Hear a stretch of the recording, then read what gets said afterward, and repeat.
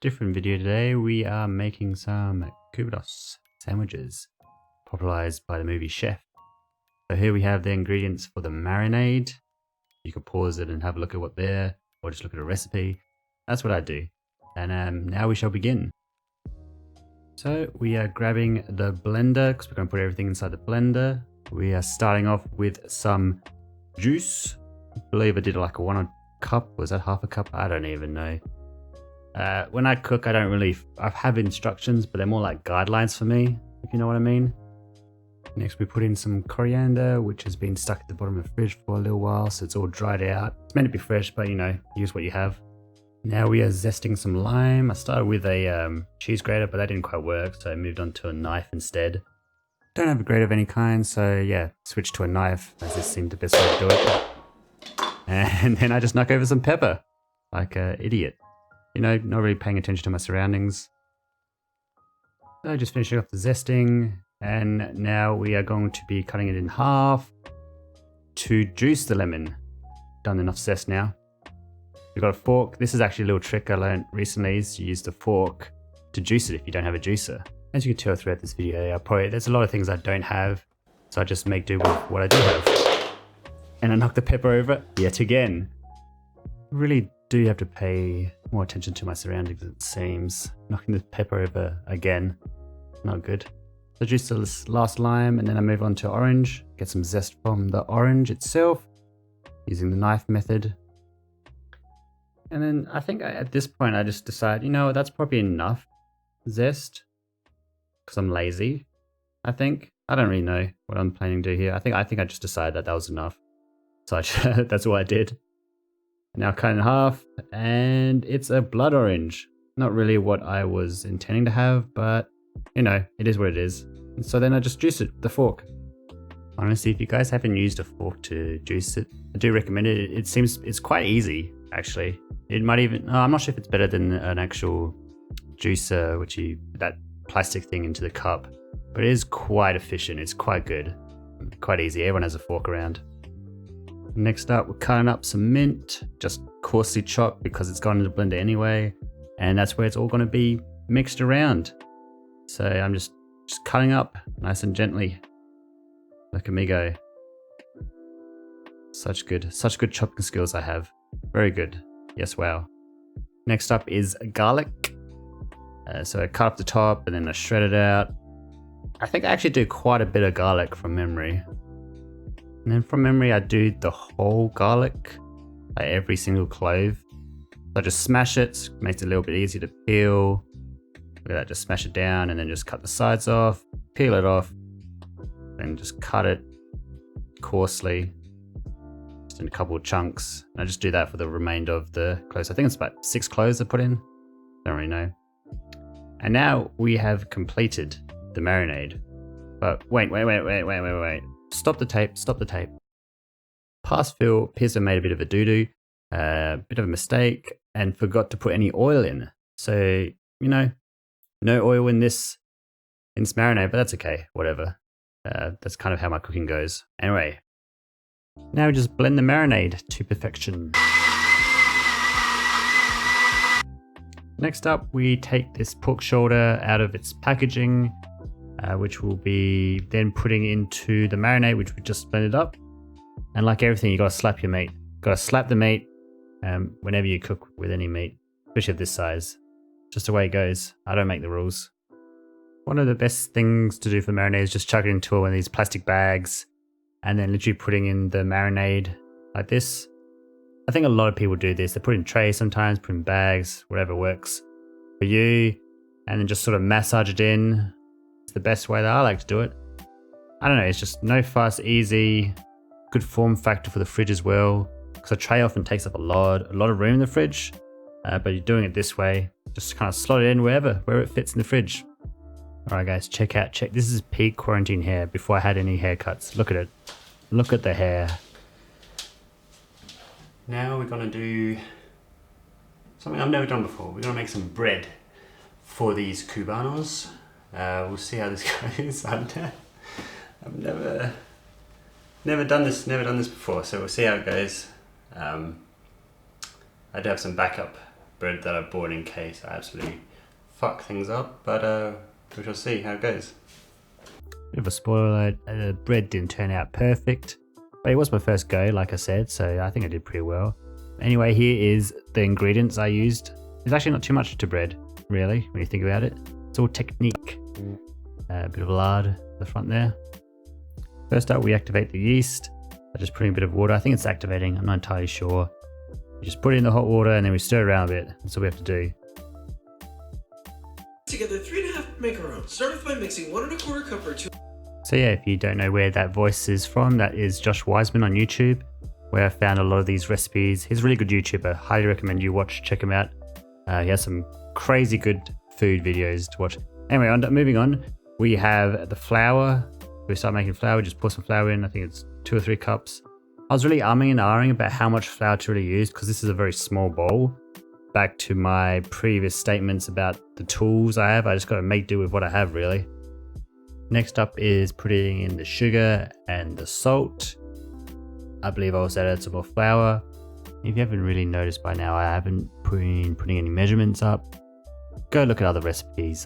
They'll have the measurements, they'll have everything you need to do. I'm just showing you how I made my Cubanos in my very haberdashered, very imprecise way with minimal good technique. This is just the way I've done it this one time.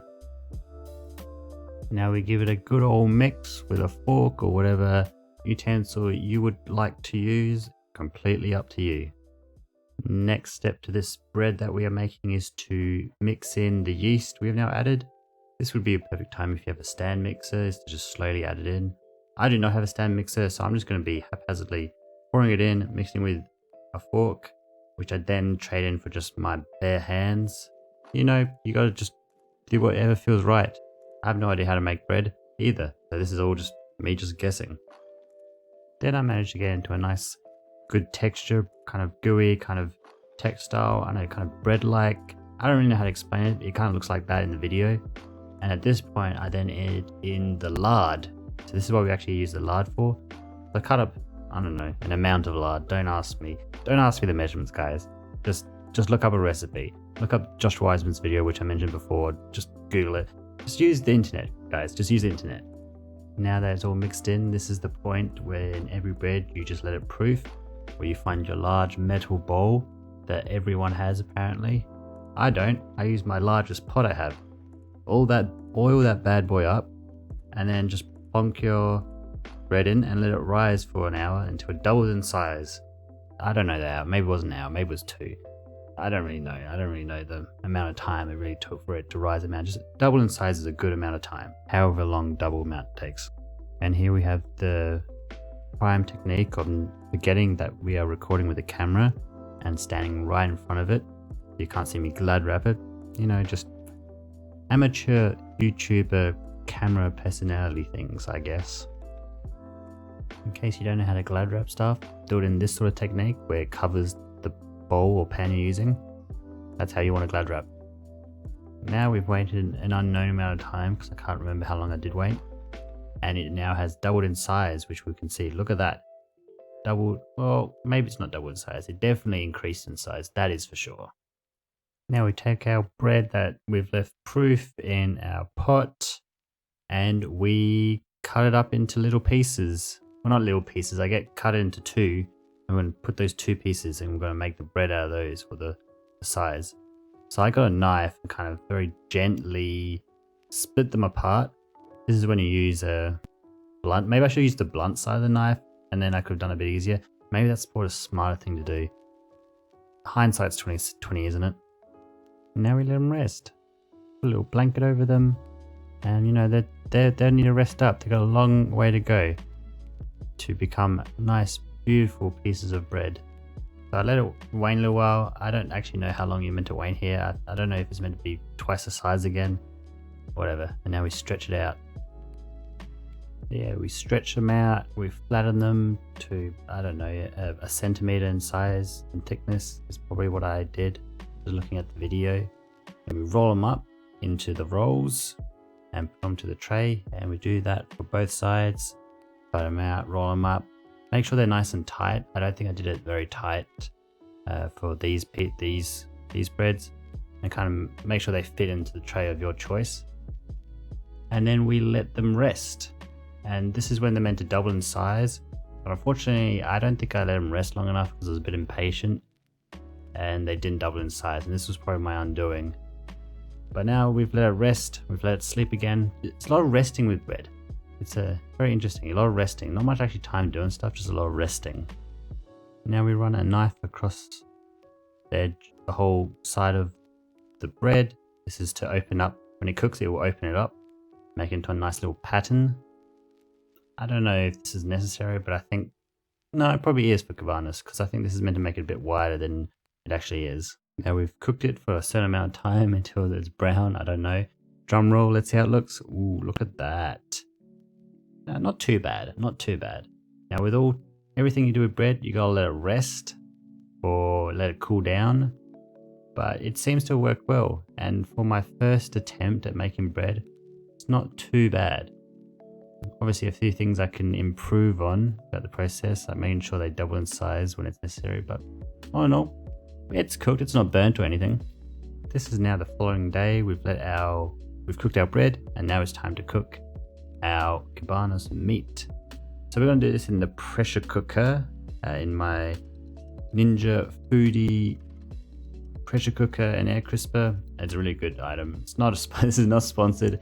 This is just a recommendation. It's actually really, really good. So we pull out our pork shoulder from our marinated bag of goodies, but that's not all. We are actually going to use the sauce and the marinade as part of the liquid inside the pressure cooker. So I'm scooping out cups just so I know how much liquid is in it, basically. And I followed the cheat sheet, which you can see in the bottom left corner, which has like a kilogram to liquid ratio. So I just kind of followed that, and I just topped it up with water towards the end. And then after that, and unfortunately we didn't get it. Some of the footage I missed out. I can't believe I missed out because my phone died. Some of the footage of it actually coming out and of it being cooked in the different processes looks so good, and I'm just so sad that I lost that footage. Anyway, I'm rambling, and that's okay. So now you can see my lovely ass in the background as I set it up, and now it's time for assembly. But look at that meat towards that side there. So good. Anyway, this is what you need to assemble the Cubanos. Actually, I'm missing mustard, but that comes in later. So now it's assembly time. We are going to start off by cutting up our pieces of bread that we're going to be using for the Cubanos. So just, cut up a section of it. Then after we have our section, we are then going to be cutting up some of our meat that we're going to be using from this lovely looking pork shoulder that has been cooked in the pressure cooker and then caramelized as well. The next up is slicing up some pickles. We must do it lengthways. I don't care. That's the best way to do it. It's definitely lengthways. And here we remember that we need the mustard, so we bring out the mustard out of the fridge, just like that. Then we slice up some cheese. This is Mastam, I think. I don't know what the best cheese to use is, to be honest. Let's get some good cheese. Swiss cheese. You use Swiss cheese. That's right. Swiss cheese is the way to go. I'm not sure if this is that, but if you have Swiss cheese, use Swiss cheese. Now we grab our ham. So what we're gonna do with the ham is we're actually gonna toast it in the grill press just to get a bit of heat up on it and to get a nice caramelization on it. So I believe we have done that. It's quite hot, so I'm shaking my hands a little. And that is all of the stuff just ready to go now. Now we first apply some mustard to the bread down the bottom. Just put on.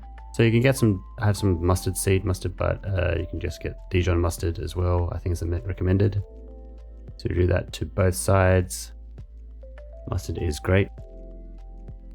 Then when the mustard has been applied to both sides, we then put on some meat, some of the pork to start off with, and then I put on, after the pork, I put on the ham. The ham, and then just the cheese, and then pickles. It doesn't really matter which order you do it in.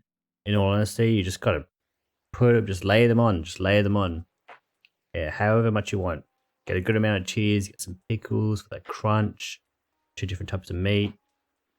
And then before you toast it, you must butter both sides of the bread to get a nice crispiness for it. Very important that you do both sides. It's very messy though, and I'm using margarine. I think butter's the best to do it.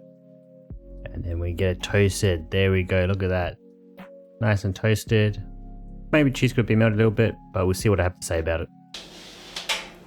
So here we have the finished product of the Cubanos. Let's give it a taste, shall we?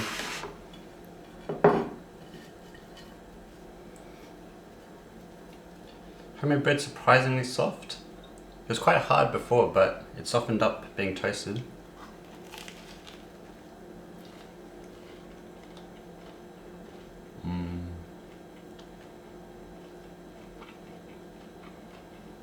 That's good.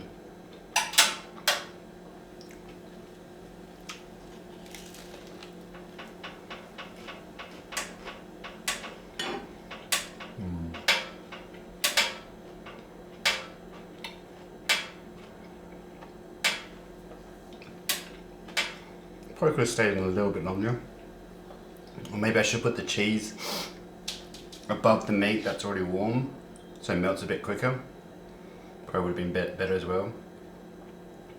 It's a bit different than I've had before as well, where this is like almost like a pulled pork mojo. Usually I just have a roasted pork and then slice it. So, but this actually worked really well. Not super happy with the bread. It didn't go out as wide as I wanted, so it's very thin. But for a first go, it's not too bad, and it all works really well together, and it's amazing. So this is great. If you've got any questions regarding how I make Cubanos, feel free to just do a comment down below and have a little discussion there. If you like the video, maybe give it a thumbs up. It will help with the algorithm for YouTube. And if you want to see more videos from me, hit subscribe. Thank you all for watching, and I hope you have a great day.